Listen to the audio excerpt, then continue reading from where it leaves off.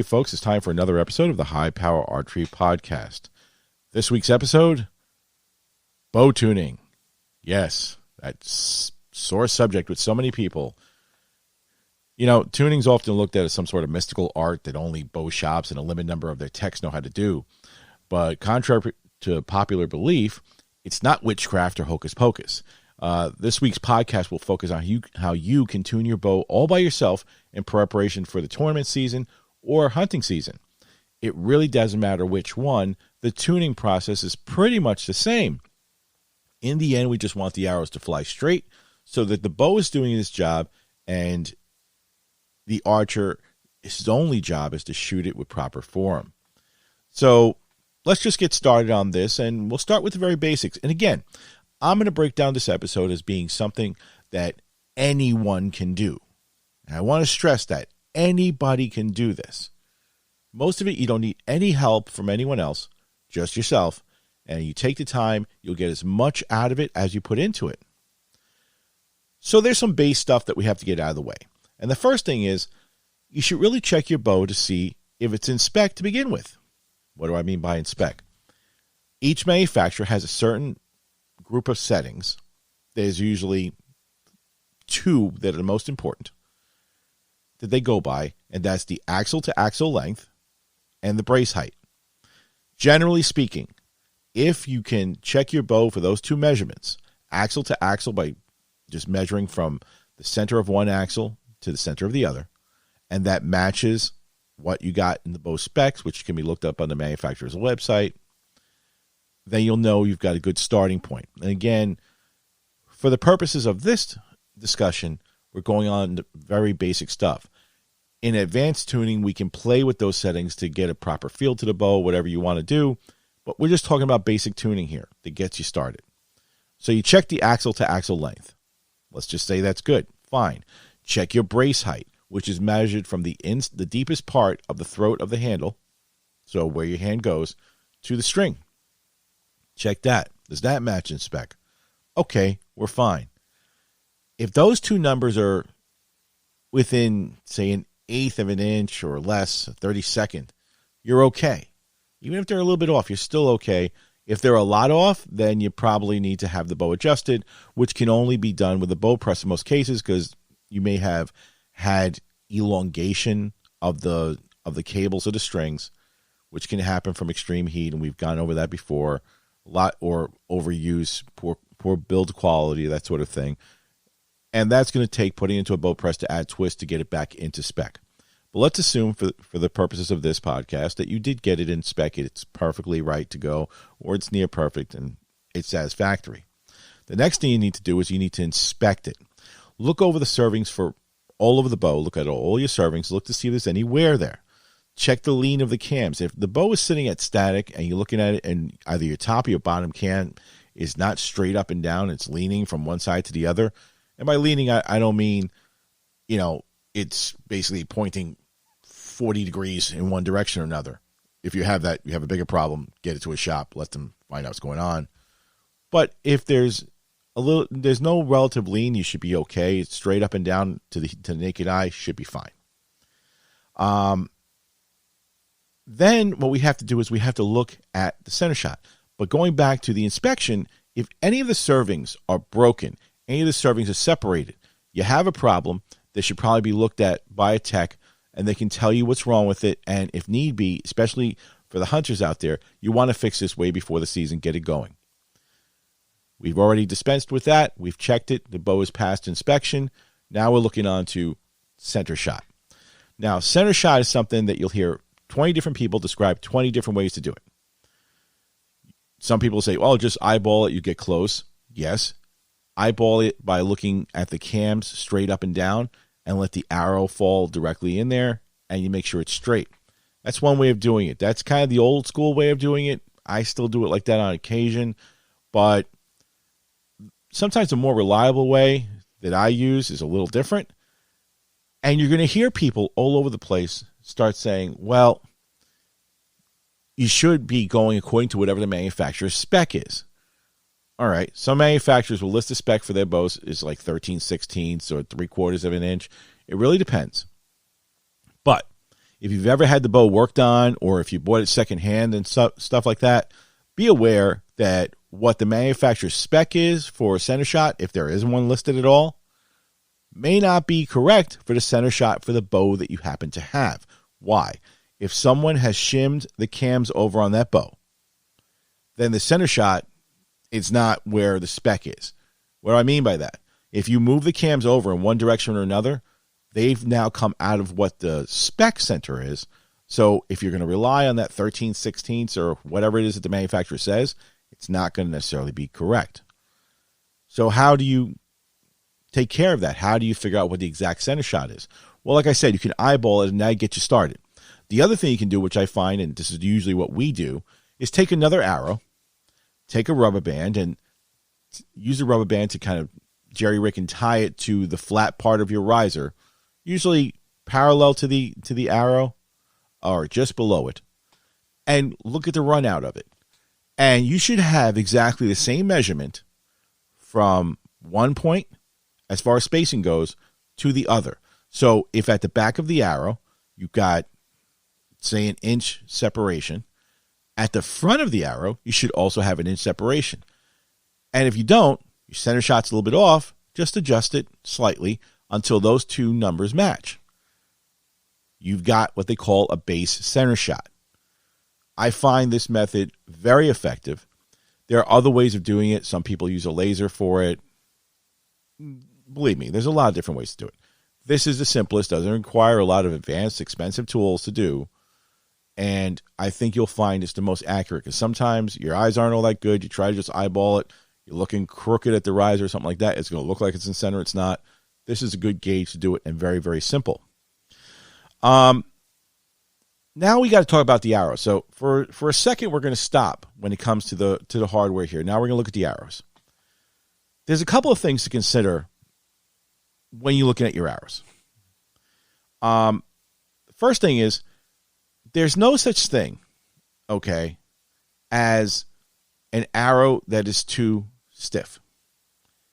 There is such a thing as an arrow that is too weak. And that goes completely contrary to what you're going to read on the tune charts that are provided by all the bow manufacturers. Well, not the bow manufacturers, the arrow manufacturers. And why am I saying that? Okay. If you look at some, first of all, keep in mind a couple of things. These tune charts were written, 20, 25 years ago at the earliest, I'd say. Probably even later than that. But they were based on different cam designs. I mean, at the time we were using wheels instead of hard cams, that sort of thing. And they were almost all based on shooting a 100-grain point. I myself preach shooting a little bit heavier point in front, and I'm not talking about crazy. Maybe you throw 125 grains up there with a heavier insert. Just gives you a little bit more weight up front. More weight equals more penetration. However, if you do that, say if you put a 50-grain insert with 125 head, you're about 75 grains above, almost double what those charts were meant for. So you can take the data that they offer and throw it pretty much out of the shop because it doesn't make a difference. And when we're doing this, I use a simple example. If something is too stiff as far as the arrow goes, so let's just say I'm shooting 70 pounds.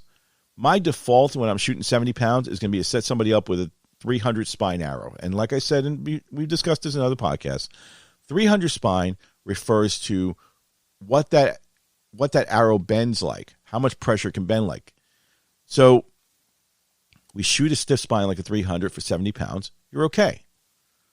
Now, if your draw length is a consideration, remember the longer your draw length, and I'm talking about guys over 30 inches, the stiffer your arrow is going to have to be to compensate for it because over a longer distance, it's easier for that arrow to twist and to bend. So keep in mind, the longer your draw length is, probably the stiffer arrow you should be using if you're going to throw a lot of weight up front. At the same time, if you are one of these guys who's listening to all the hype and the craze on the internet right now about heavy front of center, where you're putting a lot of extreme weight up front, and you think that you can just drop a 225 grain broadhead on a 400 spine arrow and shoot 65 pounds, you just turn that thing into a wet noodle. It's going to bend so much, it's going to be impossible to tune, and you're not going to want to deal with it. So, like they say, everything in moderation. If you don't know how to build an arrow like that, I don't suggest you go jumping into the fire and build something you don't know anything about. Go to somebody who knows how to build those. And most shops, they really don't know what you're talking about when you're trying to build something that heavy. Troy the Ranch Fairy on YouTube will have different articles on how to build a successfully heavy arrow. He's got them from like the moderately heavy to the insanely heavy, depending on what, and in the Northeast, if you're hunting, you're not going to be going out there and shooting, rhinos. So I think anything around 500 grains total weight, you're pretty much okay. But I digress. The base of what I'm talking about is make sure your arrow is not too weak. It can be a little stiff because it's shooting center out of there. Stiff, not a problem. Weak, problem. Now, we've got the arrow thing out of the way. Another thing that's often overlooked when you're doing a tune, okay? First, look at your peep sight. Is your peep twisted? If it's twisted and not sitting directly back at you, it's just slightly off, no problem. If it's a lot off, like turned to the side, you have a problem. You need to correct that. It needs to be put in a press. The string needs to be turned and twisted until that peep is straight. And if you find that when you draw it back, the peep turns on you again, then there's something wrong with the string and it has to be looked at. Well, let's just say that your peep is fine. It's not that much off. You line it up with your D-loop and it pull back straight. The D-loop is the other thing that is almost always overlooked, and I don't care who you talk to, you'll see this, and I can correct someone's shooting problems a lot of times when I see their D-loop, and either it's too long, too short, or the worst thing in the world, it is too stiff. What do you mean? This is typically what I hear from the average guy out there. What are you talking about? My peep sight is too stiff. That doesn't make any kind of sense. I want it to be there when I clip onto it. Like, yeah, you do. But when you draw back your bow with your release, have you ever noticed that you tend to twist it? Now, I teach people to shoot with their palm down as far as the release. I find it's much more consistent, so we don't really have problems with that. But if you look at the average guy out there shooting, they also tend to shoot with their palm twisted, and I mean a lot. And if there's flexibility in that loop, meaning it's not too short, it's long enough to accommodate the archer, but it's flexible enough so that if you twist it, it doesn't actually affect the shot. Because if you twist your D-loop a lot, you will torque the string. Torquing the string at full draw is a dangerous business. Why? And I don't suggest that you do this out at the range or something like that. If you run into me at the range, I will demonstrate it. One of our YouTube videos that we've got that we're being produced right now, I'll demonstrate it. At full draw, your string, I can do a lot of nonsensical things to it, including showing you that it's very, very flexible and very, very torqueable. And if I torque it enough, I can literally twist it. I can even take it off the cam and derail the bow, which results in a dry fire. So torquing that D-loop is a dangerous business. So you want to have a D-loop material that's soft enough to not induce torque when you're at full draw and firing your shot, but also so that it's not flimsy enough so that you can't get your release on there. If you can't get your release on there, it's too flimsy. If it's so stiff that I can hang my release on there and the loop doesn't even give way and fall with it, that's too stiff. There are a couple of companies who make D-loop that it's, let's just say, it might as well be made out of iron. One company I can think of, I'm not going to mention their name, but that D-loop is so stiff, it's ridiculous. You can hang a heavy-duty release off of that thing, and it won't budge. It won't bend. Combine that with some people's D-loops that are just too short, and it's a recipe for disaster. So look at your D-loop, see if it's soft enough. If it's very, very stiff, like these ones that you find In most outdoor sporting goods stores, they sell little packages of D-loops, like 3 or 4 pre-cut D-loops, and they're in usually camo or something like that. Those things are so stiff, you should never be using them. Get it changed. Go to the shop, or you know what? If you know how to tie a D-loop, and there's plenty of videos online, John Dudley has a lot of them, order some D-loop material for yourself. It's not that expensive. You can buy it by the foot, or you can buy an entire roll. Order it, replace a D-loop, D-braid. There's all kinds of different brands out there. We'll look for something that's no greater, no thicker than, say, a 2 or something like that, because otherwise you're going to wind up something that's too stiff, way too stiff. And if you can't feel it for yourself, it's not right. I usually would just buy it in person if you've never done it before, from a shop, and you'll see the different brands and the different strengths of it, as I'd say, and see what fits. But like I said, if it's too stiff, it's going to cause a problem. So let's assume your D-loop's okay. You know about it. It's the right length. It's not going to affect anything big time. Now we're going to look at other steps to go forward. So we've looked it over. We looked at the PEEP, the D-loop. We know our arrow's okay. It's moderately fine for what we're going to be shooting. That's why I said we want to eliminate the exactly weak arrow, because you'll chase your tail trying to make that work, and it never will. You're going to need 2 different things. Now, mostly when you're shooting with your buddies, whatever, you'll have one of the 2 available, if not both of them. So the first thing you're going to need is a bag target. And I try to use at least, or a block target. I don't really care which one you use. I try to use something that's at least a 24-inch block target. The reason being that for the test we're going to do first, we need to make sure that I've got enough space. So a 24-inch target, let's just say. And what you're going to do, preferably, is place this target at shoulder height. I know that makes no sense to a lot of people. Putting it at shoulder height, there is a method to my madness, and you will see why. But get it at shoulder height, because if you leave it on the floor when you're shooting at it, and sometimes you don't have any other option, but putting it at shoulder height eliminates the archer as being a problem when we're running this test, because sometimes you'll aim funny and it's going to cause bad results. So keep it at shoulder height. Whether you have to put it on a chair or something like that, or on top of a upside-down trash can, I really don't care. Get the target at shoulder height. And what you're going to do is you're going to shoot at that target from anywhere from 3 to 5 yards. So place your dot, a sticker or whatever you want, at the very top of the target, and shoot it at 3 to 5 yards. Not the center. Shoot at the top if you can. Place a dot up there, shoot at it. Make sure you hit it at 3 to 5 yards, sight in, so you can hit it at 3 to 5 yards. Then, shooting at the same exact dot with the same exact pin if you have a multi-pin. If you have a slider, do not adjust the slider. Start walking back and shoot it at 10 yards. And again, you're going to need a couple of different arrows for this, or if you just have 1 or 2 arrows, you can still do it. Just have to watch what it's doing.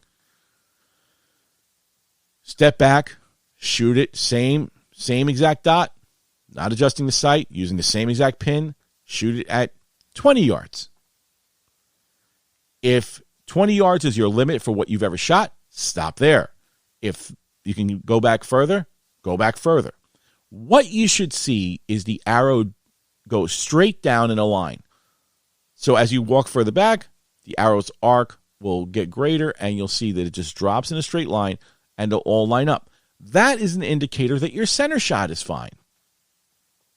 However, if you see, again, that it drifts from left, say if they start moving left on you, the further back you go, the more left the impacts are. Or the more right the impacts are. Then guess what that means? Your center shot is off. Now, this is one step. Now, we call this walk-back tuning or French tuning or whatever you want to call it. I personally don't care for a name. It's just tuning. So,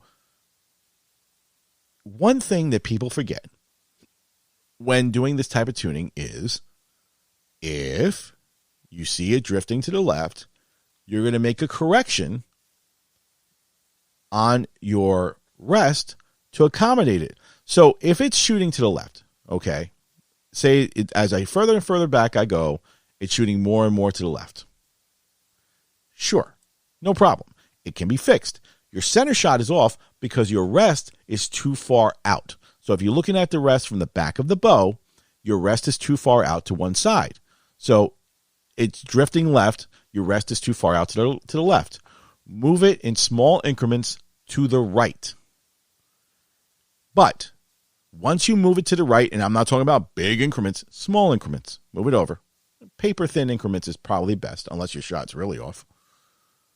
And then go back to the 3 or 5 yard mark and re-sight in. People forget to re-sight in when you're doing this walk back or French tuning, and it screws them up. They wind up going in circles and have no idea why it doesn't work for them. That's why. Re-sight in. Repeat the procedure again. Now start walking back. Is it drifting still to the left? If you find that it's drifting just a little bit more, readjust that rest a little bit more. Re-sight in. Again, the key, re-sight in. Do it again. Step up to 3 yards, 5 yards.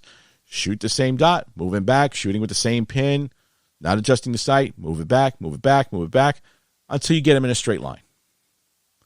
Do the opposite if it hits to the right. If it hits too far to the right, just look at your rest and you'll see that the arrow's pointing one way. Well, that's what you have to envision it doing, even though if you can't see the minute changes that it needs for it, and move it to the left.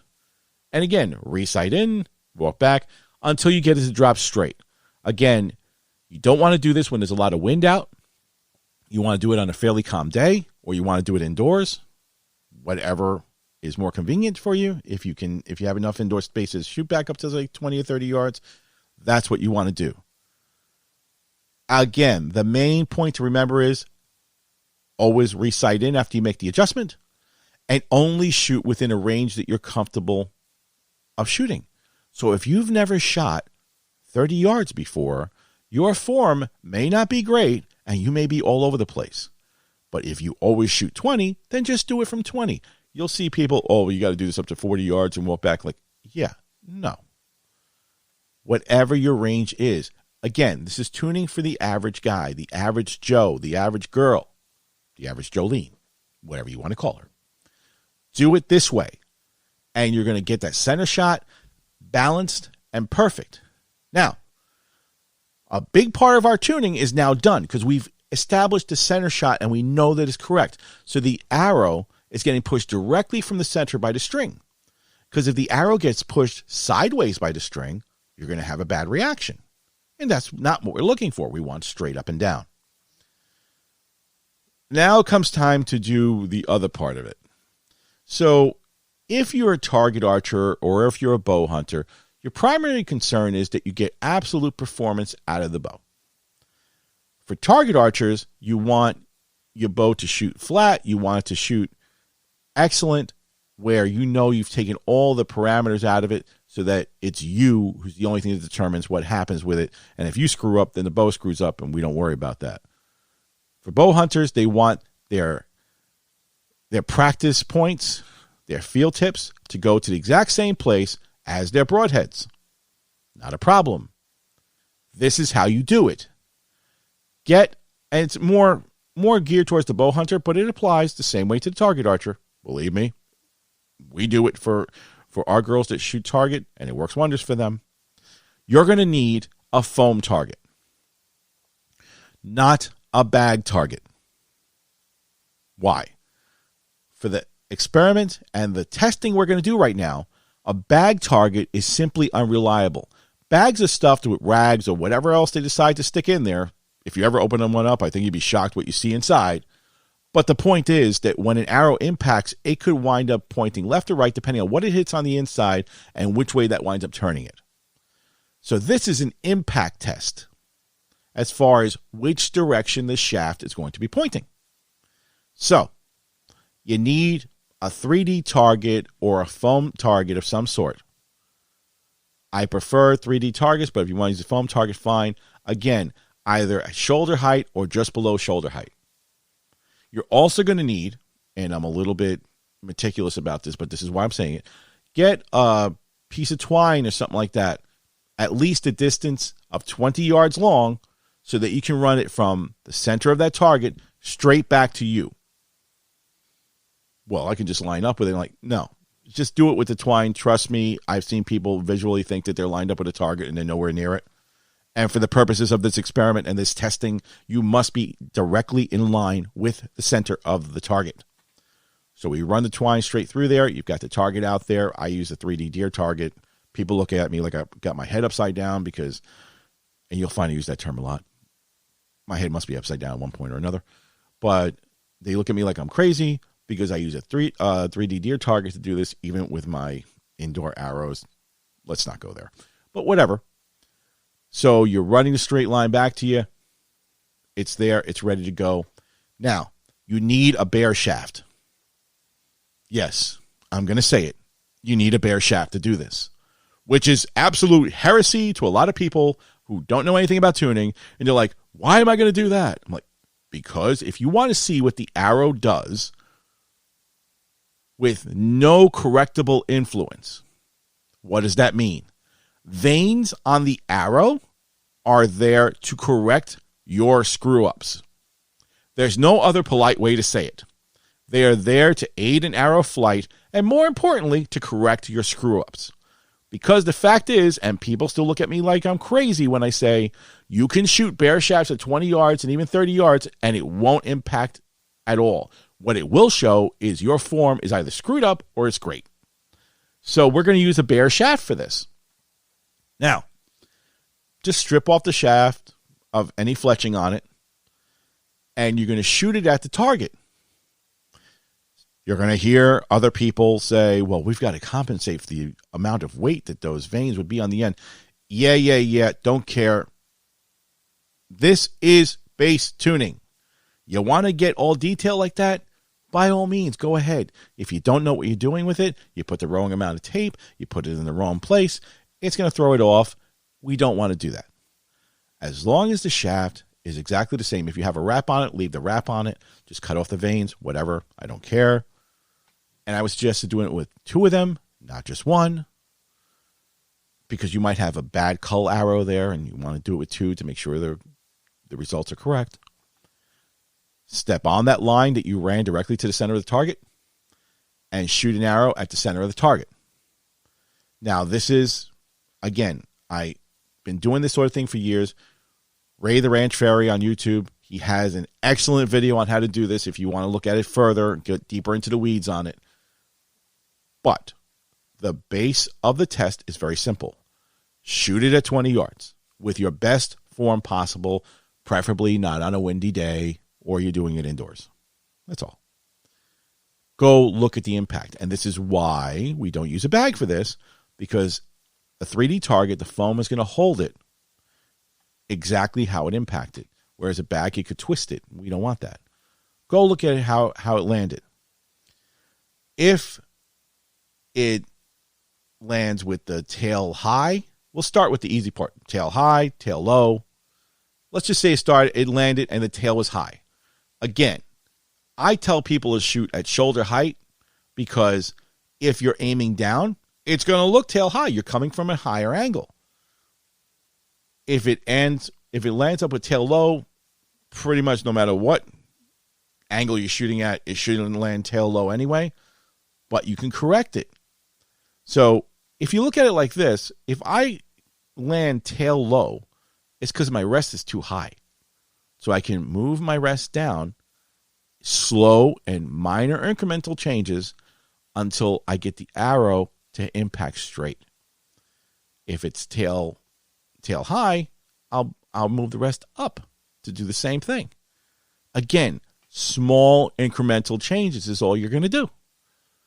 And now I've got my up and down correct, because we want the arrow to leave straight. We don't want the arrow to leave side to side or tail high or tail low. Now, one thing I left out is before you do all this with the tail high and tail low, back at the first point, and I'm sorry for leaving it out, I'll just mention it now. You should be able to draw back your bow with an arrow at it pointing at a target. Draw it back slowly and have a friend look at the bow and see if the cams touch at the same time. If the stops touch at the same time, you're in business, you shouldn't have any problems. If they don't, you need to get that corrected, because otherwise that would impact this test that we're doing right now, especially for the tail high and the tail low. But I discussed that in the last podcast. So you adjust for tail high, tail low, and you're going to do the same thing for left and right, much like you did with the other test with the walkback tuning. Now, you've already done the walkback tuning, so the sight adjustment, there shouldn't be much. We're just talking about a hair here or there. Shoot again. Make sure it's fine. It's all good. You've got that straight. Now, shoot another fletched arrow there, and they should pretty much go together. For the hunters, one thing I'm going to point out is do not, I repeat, do not try to shoot a bare shaft with a broadhead on it. Basically, you just turned it into an upside-down airplane. It will do all kinds of crazy stuff, and it will not impact properly. That's why we do this with field points, but with a bare shaft and a fletched shaft. When you shoot them, they'll both go together, and they'll both stick in the same way. For the target archer, you're going to shoot the bare and the fletched. They should land together. If not, follow the same procedure by adjusting it. If you shoot broadheads with a fletched arrow, and then you have the bare shaft, they're going to wind up pretty close to each other. Again, there's one other section we'll get into, but specifically for the hunters, but they should wind up pretty much close, providing you followed all the instructions: tail up, tail down, tail left, tail right. You've done the walkback tuning. We've put ourselves where we're narrowing down all the stuff that could possibly affecting it, and we're just taking them all out.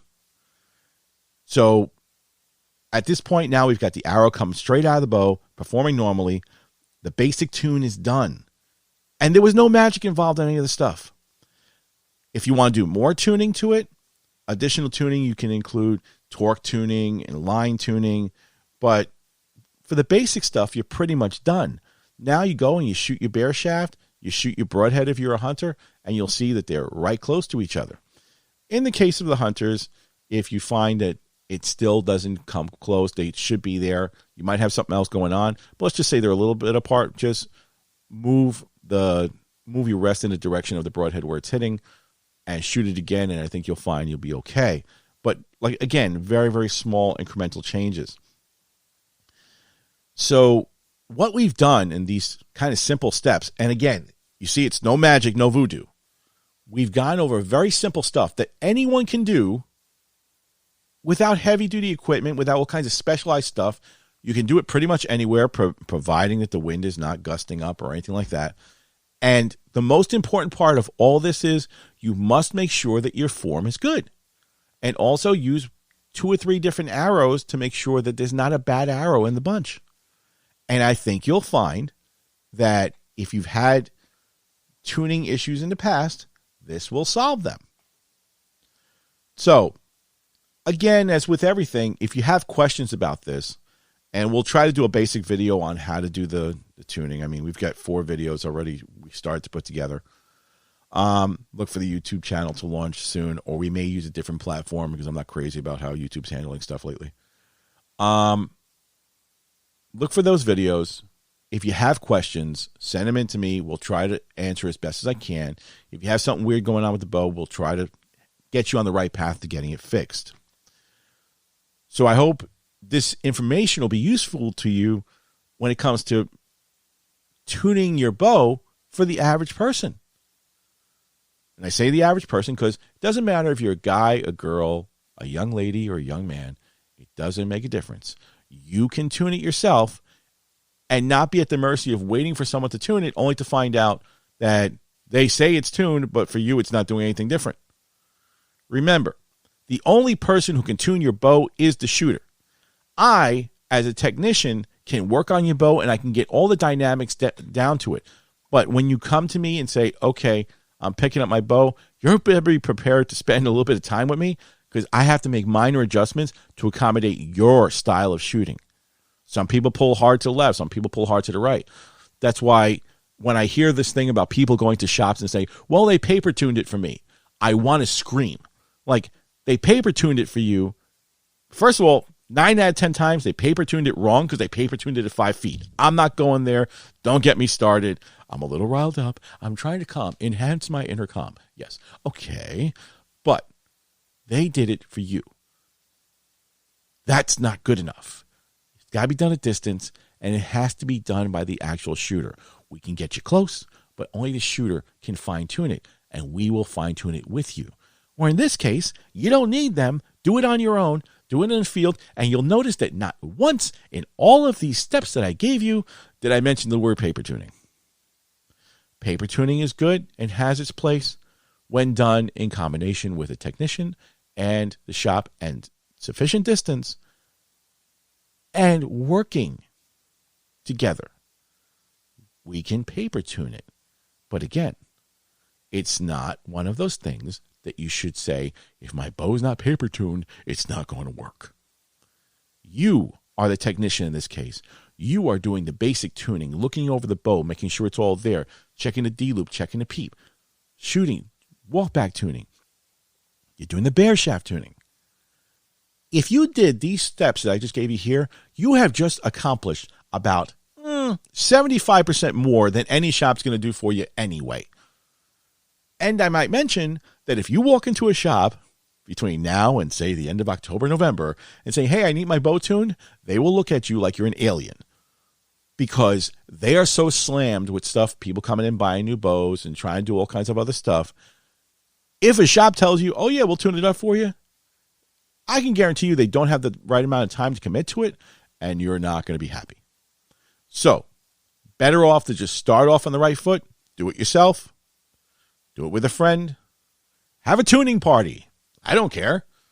I've done this at Willowbrook where I had 3 different guys over there, and we're all tuning the bows together, trying to get them to go. And the best part of it is, not only do they get their bows tuned, they learned how to do it. The following year, I see them doing everything the same thing on their own. Spread it. Let everyone know. This is not a big secret. Like I said, for the 12th time, it's not voodoo. It's not black magic. You can do it too. And I'm very, very into helping people become better archers. And becoming a better archer is not just about learning how to shoot. Becoming a better archer is about knowing how to become self-sufficient, learning how to do your own tuning, learning how to do your own repairs, learning how to help others tune their bows, repair their bows.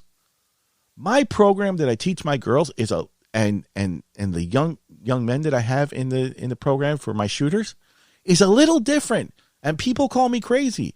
But if you go up to one of my 14-year-olds who shoots in my Joad, they can not only probably outshoot you, they can also help you to tune your bow because they know how to do it. I've taught them all the steps. On Thursday nights at my place, it's overrun by my students. They own the shop. They come in here, they do whatever they're going to do, is yap, yap, yap, whatever, but they're working on their bows. I teach them how to make their own strings. I mean, they're self-sufficient. If something happens to me, they don't have to go wondering, well, how am I going to get my bow tuned? They know how to do it.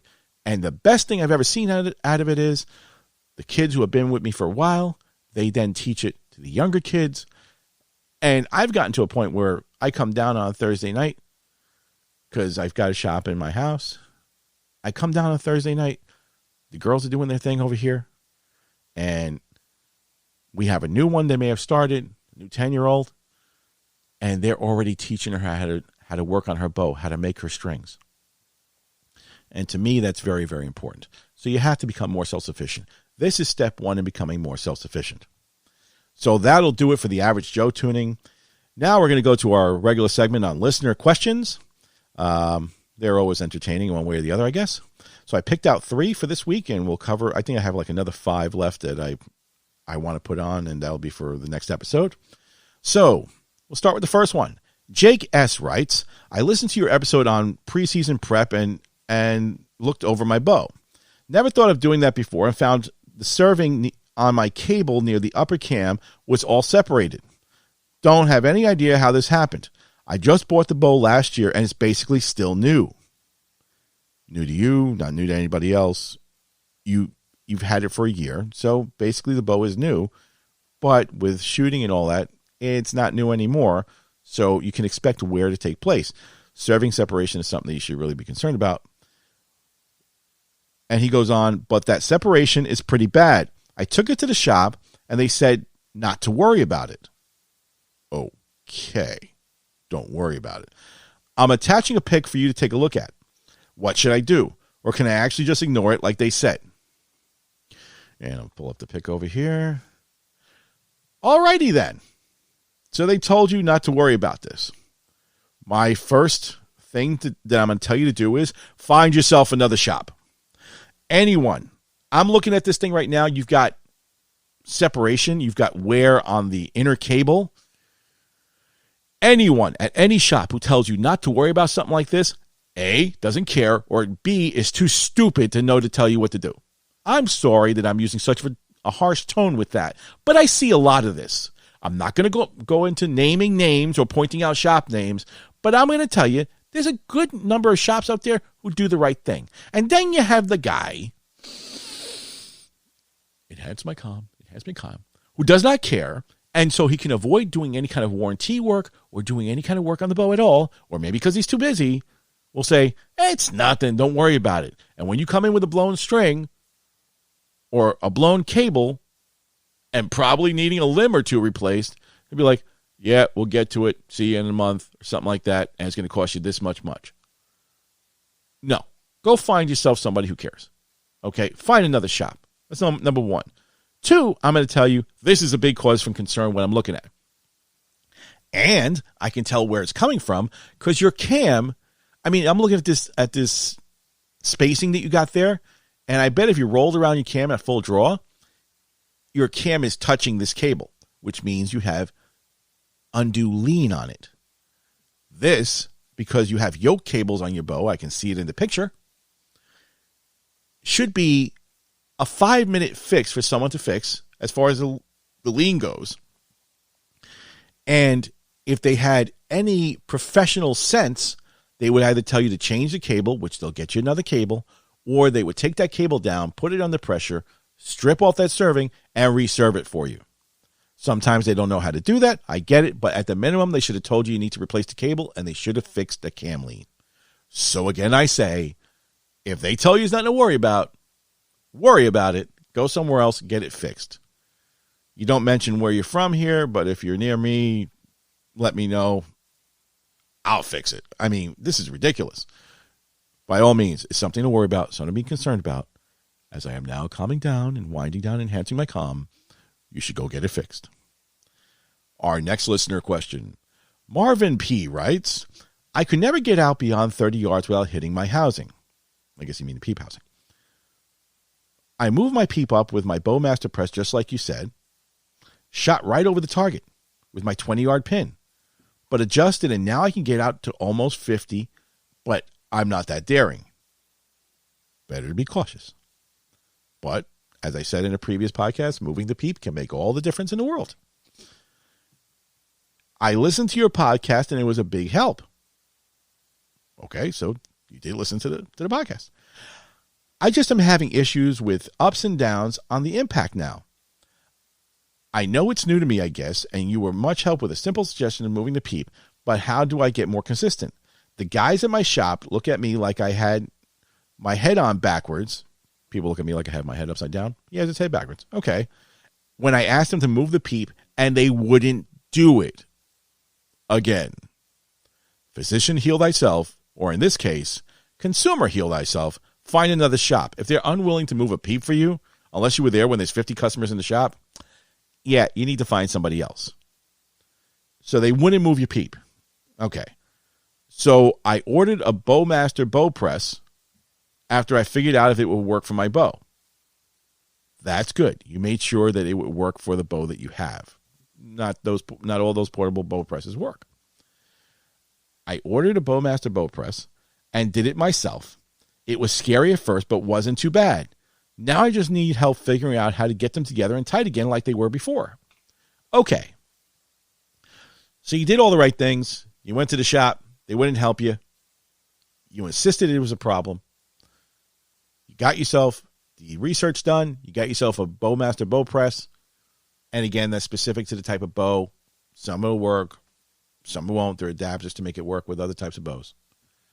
And you moved your peep, and you found that all of a sudden you can shoot a lot further than you used to before.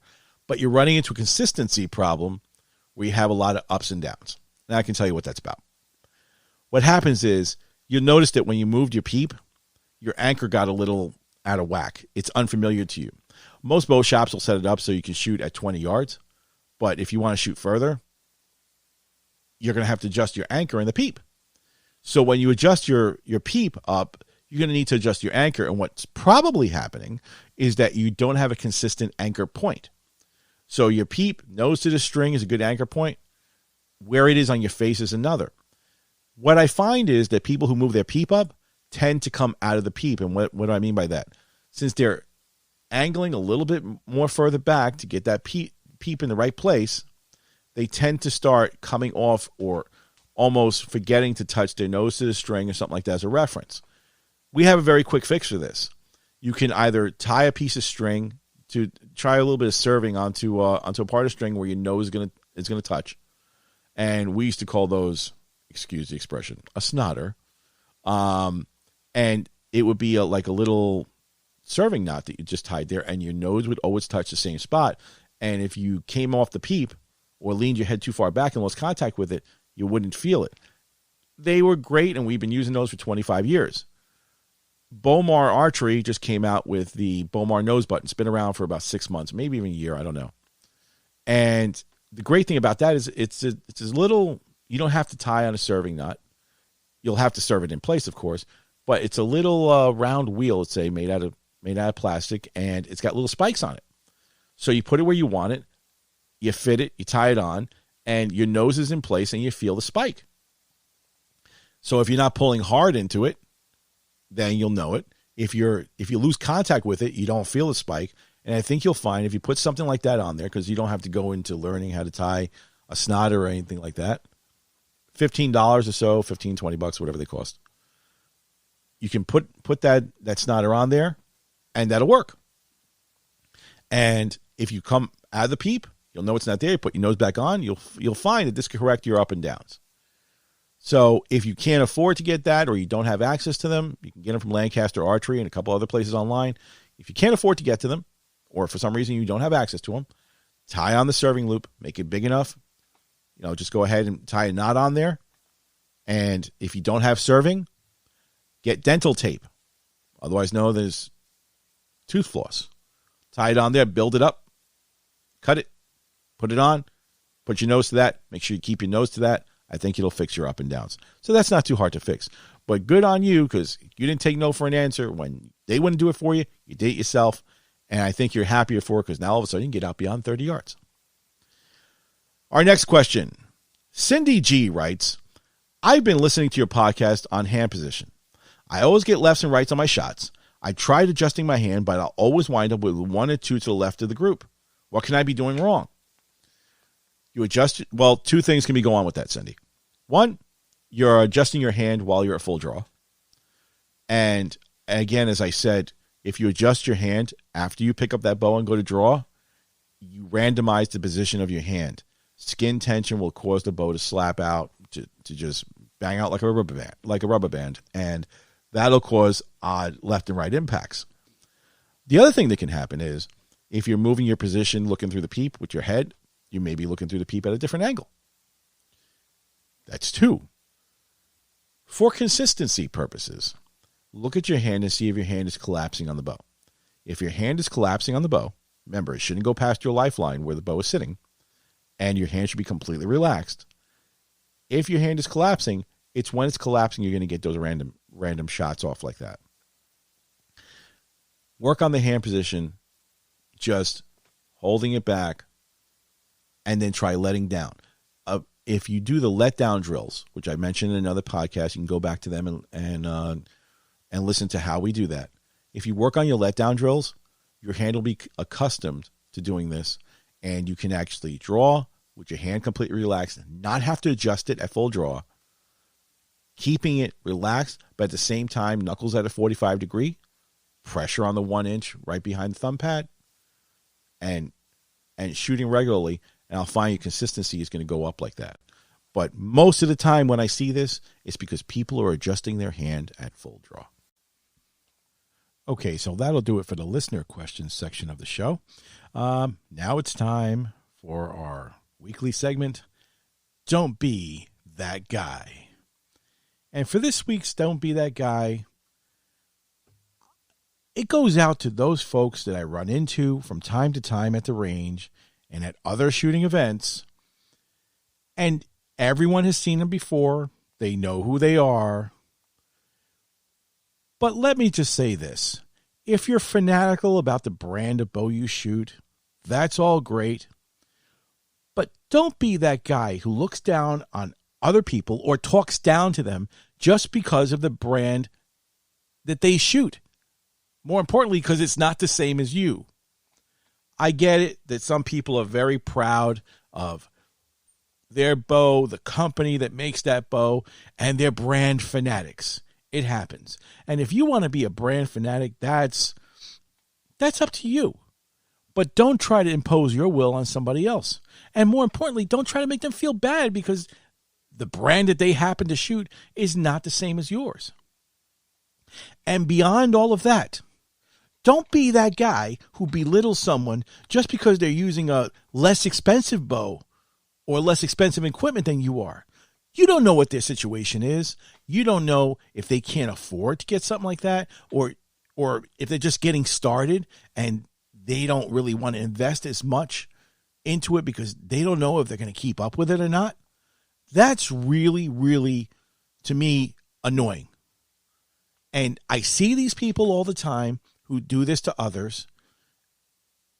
And not only does it aggravate me, it's kind of insulting to some people. You make them feel bad. There's people who don't want to go to certain ranges because they're going to run into these brand nuts over there. And you're going to go to certain shops that you walk into. And I hate to say it like this, but it's a fact. They are a dealer for a particular brand. And when you walk in with a brand other than the one that they sell and they showcase, they'll be like, what are you shooting that thing for? What's wrong with you? You should be shooting this. And they try to impose their will upon you to get what they sell. And that just annoys me to no end. But you guys out there, and girls, because there's a few of them out there like that too, but you guys out there who want to be that guy and want to do that whole thing where you like knocking somebody down just because of the brand is shooting, something like that. Yeah, I run into you all the time, like I said. And normally I'll stay quiet, but when you push me too much, my students will tell you, I get a little, I'm getting a little riled up right now. I get a little crazy over that. And I'll very calmly be like, oh, okay. You're so proud of your brand or whatever. The brand doesn't shoot itself. So tell you what. Why don't you throw out a target at 100 yards? Let's see who's got the brand really going. I happen to shoot PSE because I like PSE, but I can shoot other brands of bow as well. So the brand that you shoot, that doesn't really matter. It's the shooter behind that bow that makes all the difference. So you pushing your fanboy fanatics at someone, trying to put them down, and then you're going to run into somebody like me who will put you to the test. Like, go ahead, throw it out there. Let's see you put your money where your mouth is. And then I will make it my goal in life to embarrass them. Be like, oh, but I thought you were shooting the best thing in the world. It's not the best thing in the world. It is the fact that, yes, you happen to like something more than everybody else. But why don't you keep your mouth shut and keep these sort of personal opinions to yourself instead of putting other people down about it or trying to compare them to you. I'm sorry if I sound a little ticked off because I am, because I see this too much. And I really think that it tends to push people away from our sport. And in the end, what we're trying to do is keep everybody there. You want to increase the number of people who are doing this. But what some of these fanatics out there, they do nothing but to give a bad name to us because they think that everybody's like that. And guess what? If you try to get into an exclusive sport or what you think is an exclusive sport, some people are just going to say, that's not for me. I'm trying to get away and try to relax. I don't need to be dealing with people like that. So I don't put up with it too much. Bottom line, don't be that guy If you love your brand, great. But don't try to press it on somebody else. Don't try to talk down on them because they bought a $300 bow instead of a $1,300 bow. Because the fact is, they can probably outshoot you just for running your mouth like that. And I've seen people whip somebody up in a tournament shooting a very inexpensive bow next to a guy who spent $1,600 on his bow. And like I said, it has nothing to do with the bow itself. It has to do with the person who's driving that bow, who's shooting that bow. So again, this week's episode of Don't Be That Guy comes with a piece of advice. Don't be that guy who does that. Be the guy who's friendly, open. If you don't want to be friendly, then just keep to yourself. Big deal. But don't impose your will on others. I'm sorry for such a rant like that, but that really, really sets me off. So that'll do it for this episode of the High Power Archery Podcast. As always, be sure to like and subscribe to the podcast. You can go on our website, www.highpowerarchery.com, and sign up for our newsletter over there. You can also submit questions to us. That's how we get our listener questions. You can also email us at highpowerarchery@gmail.com, and we'll be happy to answer any questions that you may have. So, as always, it's never goodbye until we meet again. And until then, stay safe and shoot straight.